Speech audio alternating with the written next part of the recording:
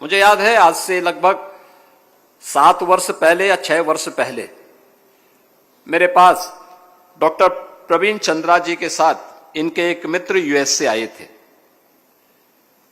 मैंने परिचय लिया तो उन्होंने कहा मैं तो उत्तर प्रदेश से ही पढ़ा हूं। तो मैंने कहा उत्तर प्रदेश का? उन्होंने कहा मैं आईआईटी कानपुर से हूं। तो मैंने कहा यूएस में क्या करते हैं? उन्होंने कहा मैं यूएस में कार्डियोलॉजिस्ट हूं। मैंने कहा आईआईटी कानपुर के प्रोडक्ट हैं, वहां कार्डियोलॉजिस्ट हैं? उन्होंने कहा हाँ, वहां मेरी रुचि थी। डॉक्टर प्रवीण चंद्रा को मैं देखता था कि ये कार्डियोलॉजिस्ट हैं, तो मैं भी क्यों नहीं कार्डियोलॉजिस्ट बन सकता हूं। और मैं वहां पर कार्य कर रहा हूं। मैंने वहां डिग्री ली। डिग्री लेने के बाद फिर मैंने इस दिशा में काम करना प्रारंभ किया। आज उत्तर प्रदेश सरकार आईआईटी कानपुर के साथ में एक सेंटर ऑफ एक्सीलेंस, मेडटेक का एक सेंटर वहां पे डेवलप कर रही है। और सेंटर ऑफ एक्सीलेंस का काम इस क्षेत्र में टेक्नोलॉजी का उपयोग करते हुए कैसे हम और भी अच्छी सर्विस एक आम नागरिक को उपलब्ध करवा सकते हैं। और मैंने देखा कि अभी एआई का बेहतर उपयोग करके कैसे हम कैथ लैब को अपना और बेहतर बना सकते हैं। एक साथ एक जगह पर लोगों को इस सुविधा एक छत के नीचे प्राप्त हो जाए, इससे बड़ी कोई दूसरी बात नहीं हो सकती। और यह टेक्नोलॉजी का बेहतर उपयोग करने की दिशा में एक प्रयास प्रारंभ हुआ है। और मुझे प्रसन्नता है क्योंकि मुझे मेदांता गुड़गांव में बहुत बार जाने का अवसर प्राप्त हुआ। डॉक्टर पर विश्वास कितना बड़ा होता है किसी पेशेंट का। और मैं बहुत बार इस बात को देखता था कि एक उम्र के बाद, मेरे गुरुजी की उम्र लगभग 90 वर्ष थी, 94 वर्ष की उम्र की थी।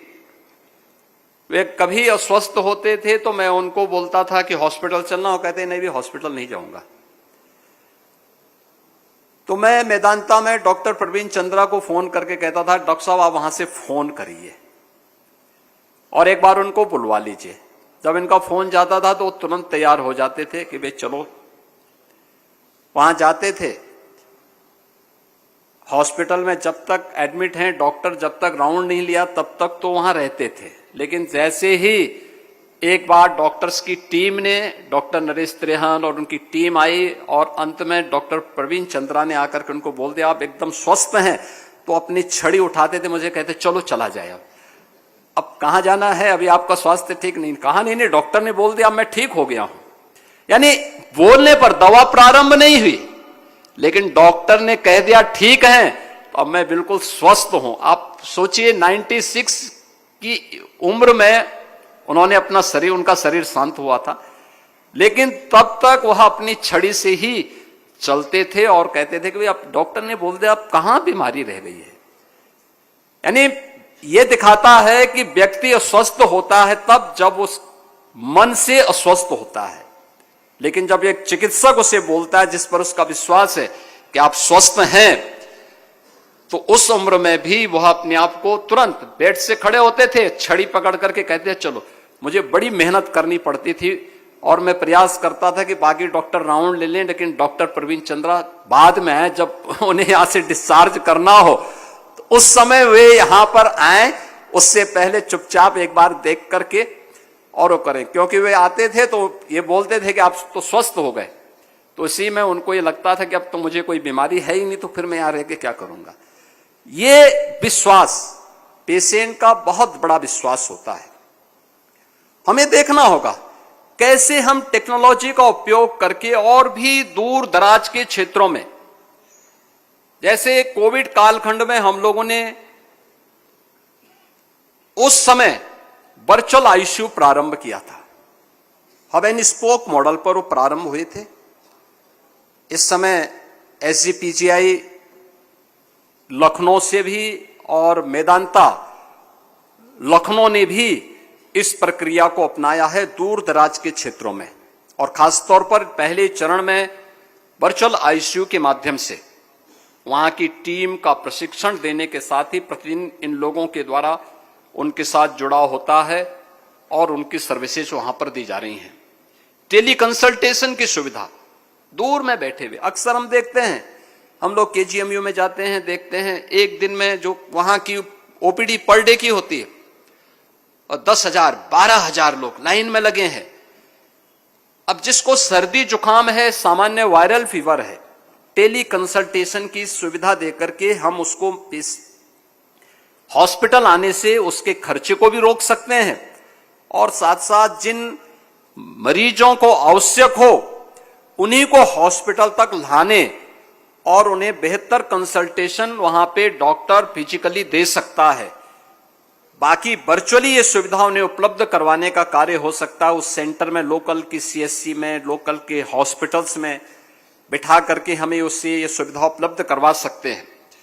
हमें इस दिशा में उस प्रयास को आगे बढ़ाने की आवश्यकता है।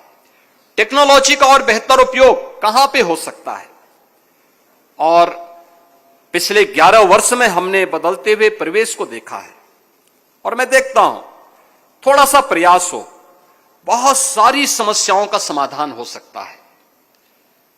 खासतौर पर हम उस दिशा में प्रयास प्रारंभ करें कि बीमारी से लोग बच सके।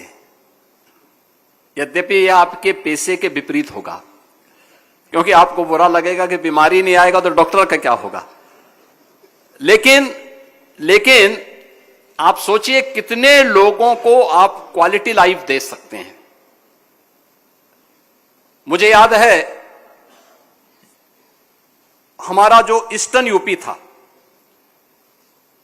जिसमें गोरखपुर के 4 जनपद, बस्ती कमिश्नरी के 3 जनपद, देवीपाटन कमिश्नरी के 4 जनपद, इन जनपदों में बरसात के समय में एक बीमारी होती थी इंसेफ्लाइटिस की, और प्रतिवर्ष 1200 से लेकर 1500 बच्चों की मौत होती थी। 1977 से लेकर के 2017 तक मौत का इस सिलसिला जारी रहा। 1998 में जब मैं पहली बार सांसद बना तो मैं ऐसे ही गोरखपुर में एकमात्र स्वास्थ्य का केंद्र था, medical college, government medical college था, तो मैं वहां के भ्रमण में गया था ऐसे। तो मैं देख रहा था कि मुझे वहां का प्रिंसिपल एक वार्ड की तरफ जाने से रोक रहा था। तब तक मुझे एक लोकल कार्यकर्ता ने बताया कि वहां आपको इसलिए नहीं जाने दिया जा रहा है क्योंकि वहां पे इंसेफ्लाइटिस के पेशेंट हैं। तो मैंने कहा ये क्या होता है? लोगों ने कहा साहब ये दिमागी बुखार है और उसके कारण बहुत सारी मौतें होती हैं और वहां की स्थिति बहुत खराब है। तो मैंने कहा तब तो चलेंगे। जुलाई का महीना था, एक बेड में 4-4 बच्चे लिटाए गए थे। पूर्वी उत्तर प्रदेश में और पश्चिम उत्तर बिहार का वह क्षेत्र जहां से पेशेंट आते थे, जब कोई बीमार होता था तो अपने साथ में पूरा परिवार आता था और बड़ी खराब स्थिति वहां वार्ड की रहती थी। बहुत ही बदबू, कोई पंखा नहीं चल रहा है, एक बेड में 4-4 पेशेंट लेटे हुए हैं। डॉक्टर किसी प्रकार से, आप सोचिए कि तीसरे मंजिल में वार्ड हो, वहां कोई पंखा न चल रहा हो और जुलाई का माह हो, बरसात न हो रही हो, क्या हालत होती होगी। और उन स्थितियों में डॉक्टर वहां पे कार्य कर रहे थे। मैं वहां वार्ड से वापस जब आया तो मैंने प्रिंसिपल से मिलने का प्रयास किया, प्रिंसिपल वहां से भाग गए थे। बाद में मैं ढूंढते ढूंढते उनके आवास पे पहुंचा तो उन्होंने मुझे एक पर्ची दे दी पूरा निकाल करके। उन्होंने कहा साहब हमारे पास कुछ सुविधा है नहीं, हमारे पास जो कुछ है हम वही कर पा रहे हैं। खैर, एक सप्ताह के बाद मैं अपने यहां मठ से AC, bedsheet, beds, side locker ये लेकर के वहां गया। मैंने कहा ये मैं दे रहा हूं, आप कम से कम एक बेड में एक पेशेंट लेटाइए। दवा के लिए मैंने राज्य सरकार से बातचीत किया कि भाई इनके लिए उपचार की व्यवस्था करवाइए। लेकिन सुविधा तो मिली, लेकिन मौत के आंकड़ों में कमी नहीं आई। इस सिलसिला लगातार चलता रहा। 17 में जब मेरे सामने भी उस समय यह था कि भाई मैं सांसद हूं तो आंदोलन ही कर सकता हूं या संसद में ही मुद्दा उठा सकता हूं, लेकिन 17 में जब मुझे ही मुख्यमंत्री बना दिया गया